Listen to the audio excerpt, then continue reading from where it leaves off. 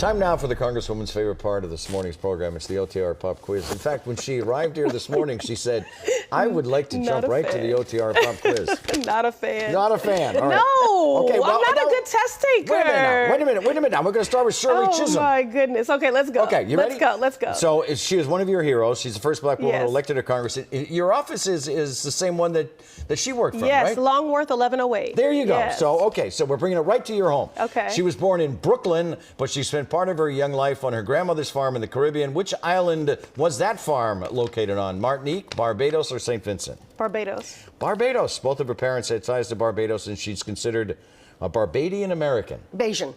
A Bayesian. That's right. A Bayesian. Very good. Yes. All right, thank you. The next question, and this is a yes or no. Okay. In 1972, Shirley Chisholm was the first African American to run for a major party's presidential nomination. Was she the first woman to run for a major presidential nomination? That's yes or no.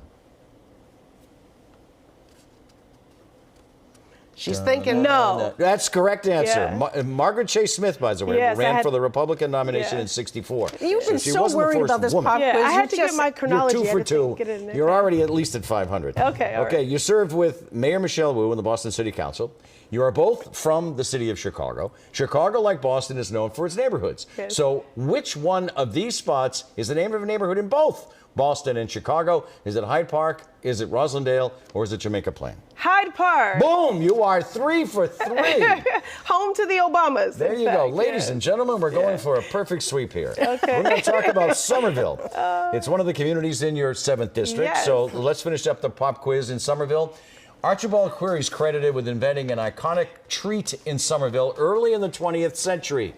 Was it A, the Butterfinger candy bar? Was it B, the Devil Dog snack cake? Was it C, marshmallow fluff? Get me some peanut butter. It was marshmallow fluff. 4 for 4.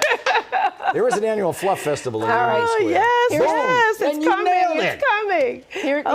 Thank you. Here's my bottom line assessment. It was too easy. No. We're going to have to toughen it up for the next time you come. Thank you for easing me back into the OTR quiz. I appreciate that. Okay, here's another question you're eager to answer. Okay. Endorsements in the governor's race. Maura Healey endorsed you, as you remember, before your primary with incumbent Mike Capuano in 2018. Are you going to return the favor? I'm just honestly reveling in the historic nature of this run. We are going to see a historic governor serving in that corner office, whatever happens.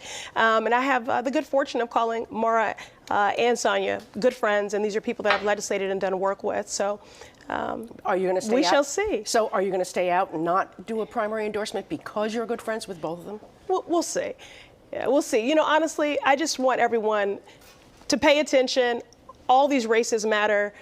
We have a number of statewide open seats in some competitive races. And, I think given the attacks across the country from state legislatures and the leadership that we need from our legislature in this moment to stand in the gap, while we continue to do whatever we can on the federal level to continue to beat back this crisis, this public health crisis, and to recover from this pandemic-induced recession, these partners at every level become important. So governor, lieutenant governor, auditor, secretary of state. Of course, we have races in the House. So your state rep, your state senator. So elections matter. Elections matter. And city council, we actually have some open seats there as well. You left out attorney general. We've got 3 people running. Oh, there. I certainly did not mean to do that. So are you going to make an endorsement? And that's also Andrea historic. Campbell, Shannon Liz Reardon, as well as Quentin Pelfrey. No, an endorsement before the primary? Right now I'm just watching these candidates make their case to the electorate, and that'll be the most important endorsement is what happens on election day.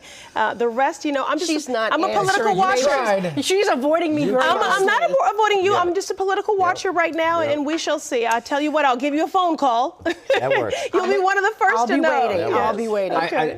I apologize because we're putting a lot of things in a basket right now. But between the Oscar slap, this week's write-up and photo of you with the New York Times and your bill to ban discrimination based on hairstyles, recently passed by the House, you've become the uncrowned political queen of all things hair, maybe the crowned political queen of all things hair. Could you have predicted this?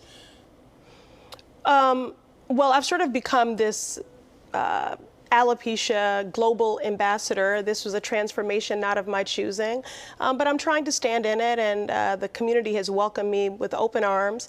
There's 7 million people living with alopecia. there are several forms of this, and I'm glad that I could raise awareness of this. And I also have a bill with Congressman Jim McGovern that would have insurance cover the cost of medically durable wigs, which is cost prohibitive for so many that experience traumatic hair loss, either from autoimmune diseases like alopecia or cancer or other things. And so I will say I'm incredibly proud of the Commonwealth of Massachusetts for passing the Crown Act, becoming one of 15 states in the country to do that. I'm an original co-sponsor of the federal bill, the Crown Act, which would ban race-based hair discrimination. We're showing the pictures, by the way. I don't mean to cut you off. Yeah. I'm sorry. These are the two lovely young women that brought the attention to light. Yes, and actually started working on this issue when I was on the Boston City Council, because we do see young girls, young black girls, being criminalized and losing classroom time and really getting on a pathway. It's hard for people to believe, from school to confinement, because they're losing classroom time simply for how they show up in the world.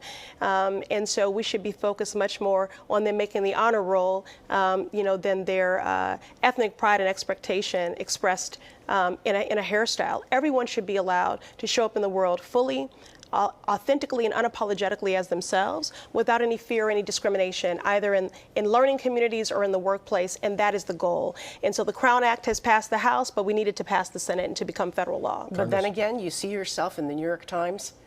I mean, that had to be a moment when you saw that and you thought, I did the right thing. I do think I did the right thing, yes. And as my husband tells me, I do not need hair to wear a crown. All right. So, the headline of the interview. Brilliant. Congresswoman, thank you. Thank you for coming in. Thank you for joining us this morning. It's always great to thank see you. Be you. well. Good to be with you.